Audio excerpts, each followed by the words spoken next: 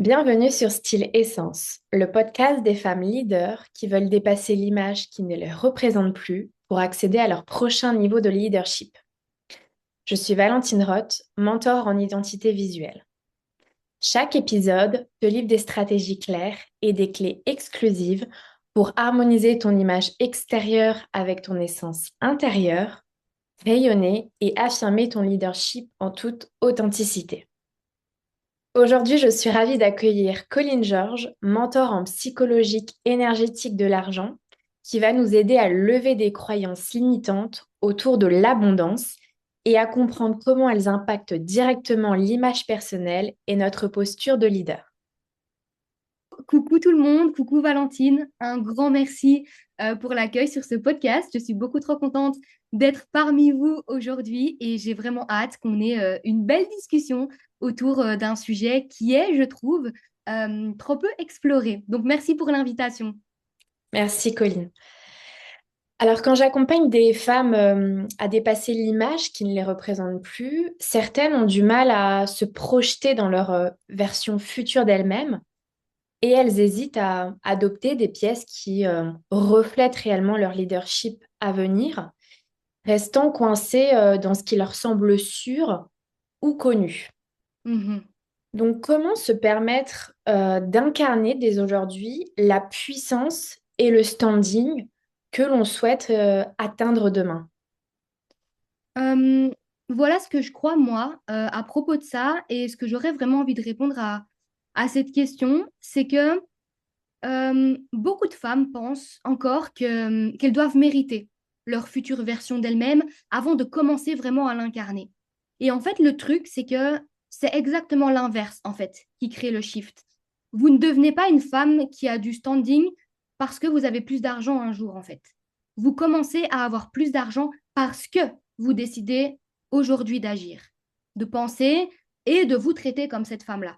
Et en fait, pour moi, ça passe énormément parce que vous vous autorisez ou non à recevoir et à porter.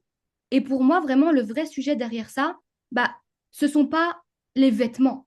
C'est la relation que vous avez avec vous-même et avec l'argent. Et quand vous culpabilisez à investir pour vous, à vous acheter des pièces qui vous font vous sentir puissante, élégante, alignée, ben en fait, vous êtes en train d'envoyer un message très clair à votre cerveau, du style, je suis pas une priorité, je dois me limiter, je dois rester raisonnable. Mais pour qui est-ce que je me prends en fait? Et ça, c'est exactement l'énergie qui va bloquer votre expansion. Parce que vous ne pouvez pas vouloir une vie expansive en restant dans une posture de contraction permanente. Et attention, il ne s'agit pas de dire dépenser sans conscience. Pas du tout, c'est pas ce que je veux dire. Mais il est question d'intention et d'identité. Et pour moi, il y a vraiment une énorme différence entre acheter par manque pour combler un vide ou acheter parce que vous décidez d'honorer la femme que vous êtes en train de devenir. Pour moi, une femme qui incarne du standing, c'est pas une femme qui dépense plus d'argent ou qui dépense son argent à tout va pour montrer qu'elle en a ou alors qui dépense son argent n'importe comment pour faire genre qu'elle est dans cette énergie d'abondance. Pour moi, c'est vraiment une femme qui choisit différemment. Tout est dans le choix et dans la décision. Elle arrête de subir ses achats.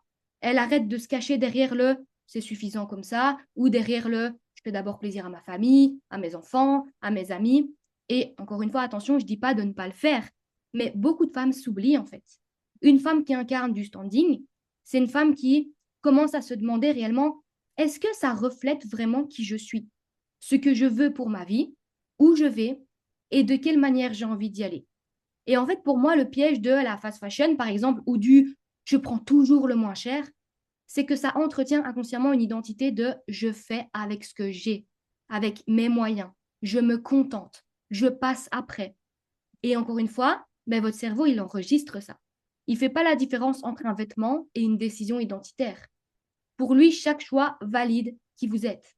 Par contre, je ne dis pas encore une fois de ne plus jamais acheter de fringues chez Zara, hein, par exemple, mais tout dépend de l'énergie dans laquelle vous êtes quand vous consommez et la conscience que vous y mettez. Une énergie de j'ai pas les moyens d'aller ailleurs ou j'aime les pièces de cette nouvelle collection chez Zara et je sais que je me sentirai bien dedans, bah pour moi, ça fait toute la différence. Et ce que j'ai envie de dire aussi, c'est que incarner votre prochain niveau aujourd'hui, ça peut être hyper simple. Et ça ne demande pas forcément des milliers d'euros. C'est vraiment dans le détail. c'est choisir une pièce qui vous fait vraiment vous sentir waouh, au lieu de 3 pièces, par exemple, qui vous laissent indifférente. Et vous devez vraiment prendre soin de comment vous vous présentez. Vous devez arrêter de vous excuser d'avoir envie de beau, de qualité, de plus en fait.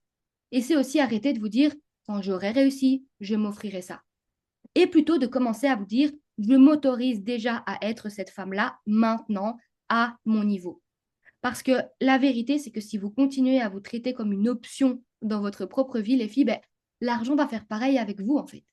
Mais le moment où vous changez ça, où vous vous mettez en priorité sans culpabilité, où vous assumez votre désir de standing et la posture de qui vous souhaitez incarner et refléter ça, ben là par contre, vous envoyez un signal complètement différent et c'est là que tout commence à bouger.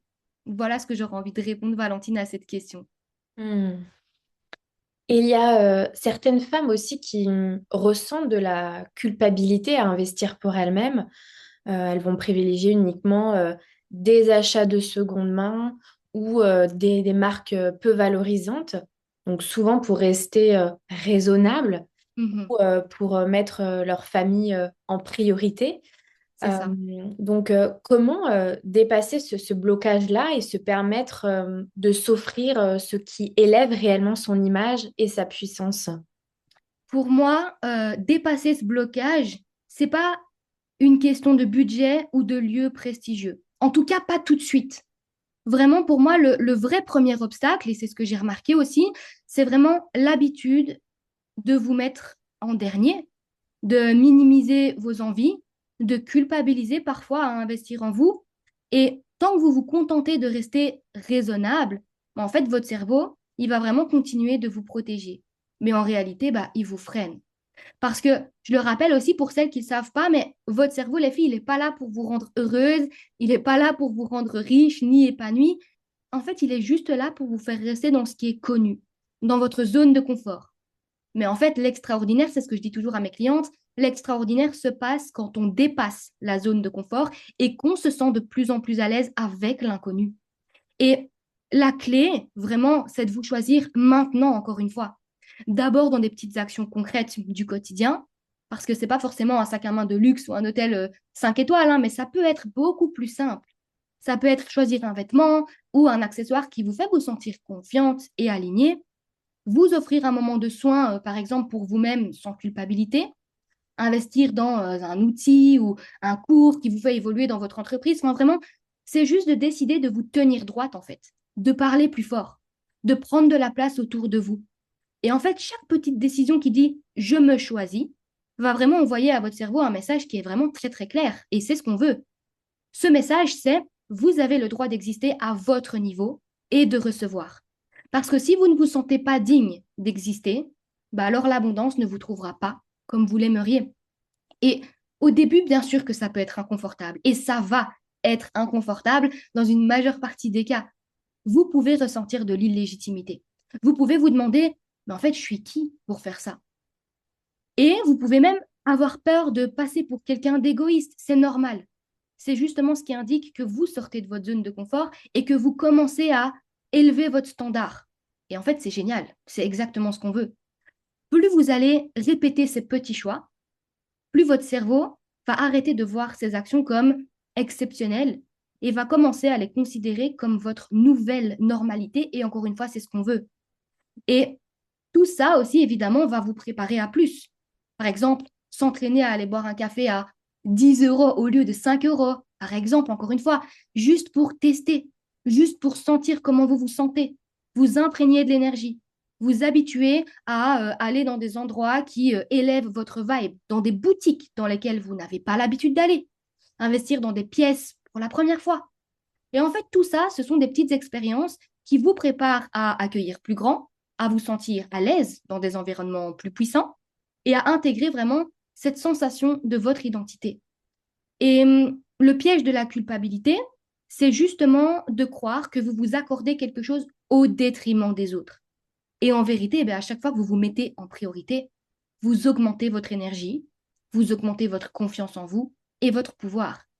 Et ça va se répercuter sur tout ce que vous entretenez et sur les personnes autour de vous. Donc, au final, c'est bon pour vous, c'est bon pour les autres. Donc tout le monde y gagne.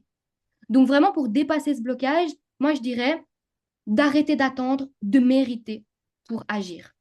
De vraiment commencer à vous choisir dans des petites actions concrètes, dans des petites actions du quotidien, de les répéter, de sentir l'inconfort parce qu'il va arriver parfois, et de rester. Et petit à petit, vous allez constater que votre standard change, que votre légitimité se construit et que votre puissance va s'incarner naturellement en fait.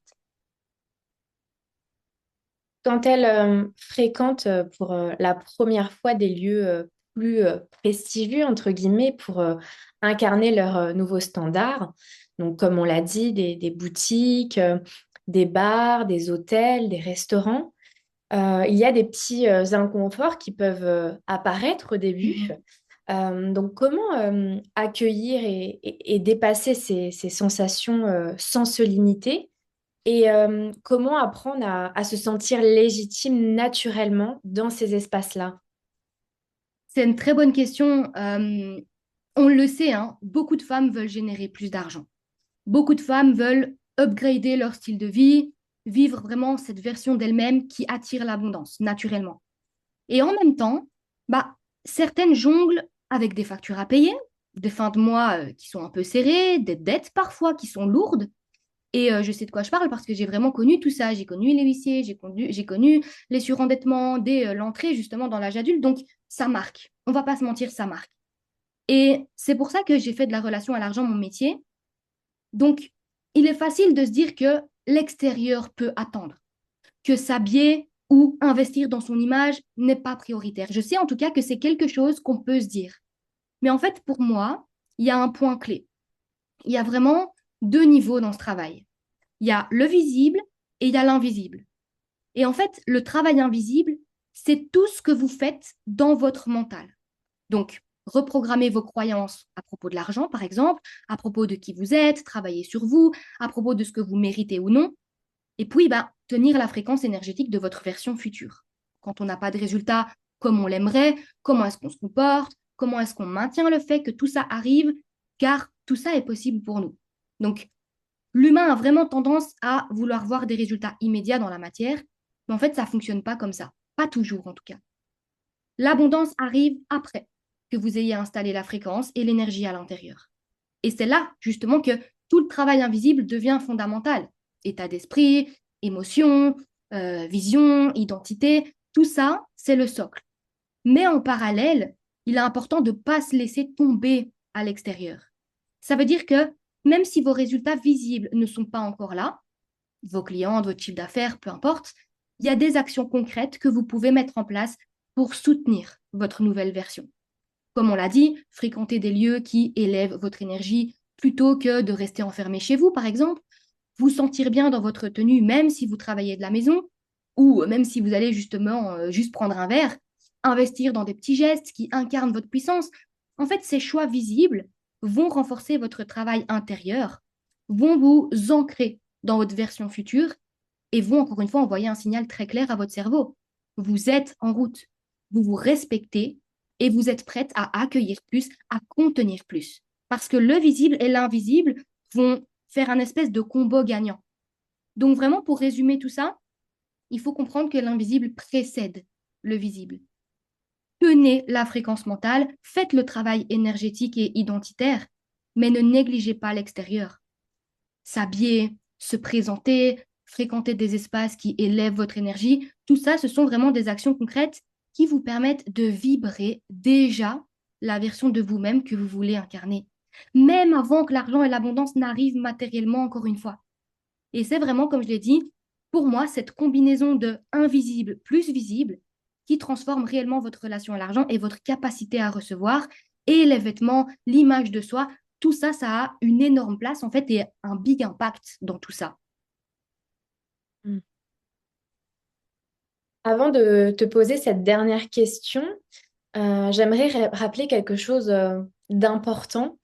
Quand je parle de luxe, ce n'est pas forcément porter de la haute couture ou s'habiller uniquement avec des pièces très chères. Pour moi, le luxe, c'est avant tout un standard. Donc la Mhm. qualité que l'on choisit pour soi, l'attention aussi que l'on porte aux détails, la manière dont on va décider de se présenter au monde et de se traiter soi-même, pour moi, c'est une forme de respect et de valeur que l'on s'accorde. Et pourtant, il y a certaines femmes qui se disent encore, le luxe, ce n'est pas pour moi, ce n'est pas mon univers, je ne suis pas née dedans. Donc, qu'est-ce que tu dirais à une femme qui pense cela?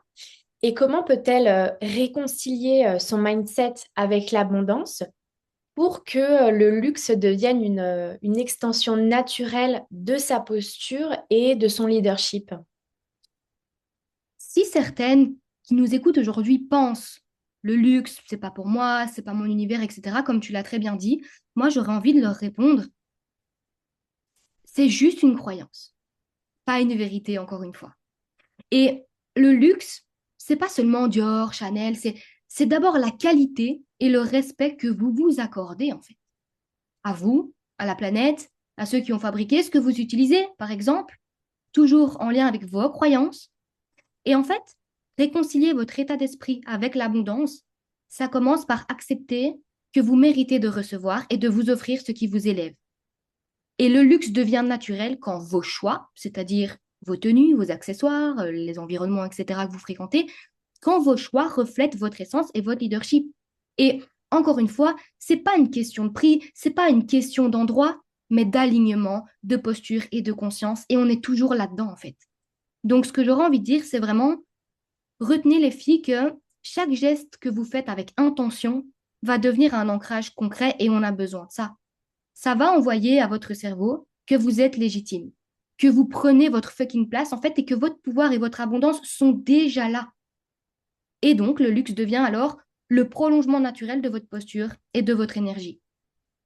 Voilà ce que j'aurais envie de répondre à cette question. Et même ce que j'aurais envie de vous poser comme question à toutes celles qui nous écoutent, quelle est votre propre définition du luxe aussi?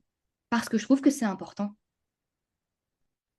Un grand merci, Colline, pour tes transmissions précieuses et ta vision sur la psychologie de l'abondance. Avec grand plaisir, Valentine. Merci beaucoup pour l'invitation et j'ai vraiment adoré avoir ce sujet et cette discussion avec toi parce que, encore une fois, comme je l'ai dit, je trouve que c'est tellement peu abordé, mais tellement important, tout ce qui est visible, invisible et voir l'image, sentir l'image qu'on incarne à l'intérieur, mais aussi qu'elle se reflète à l'extérieur. Donc, merci pour l'invitation, merci pour tout ça et j'espère que cet épisode a vraiment parlé à un plus grand nombre.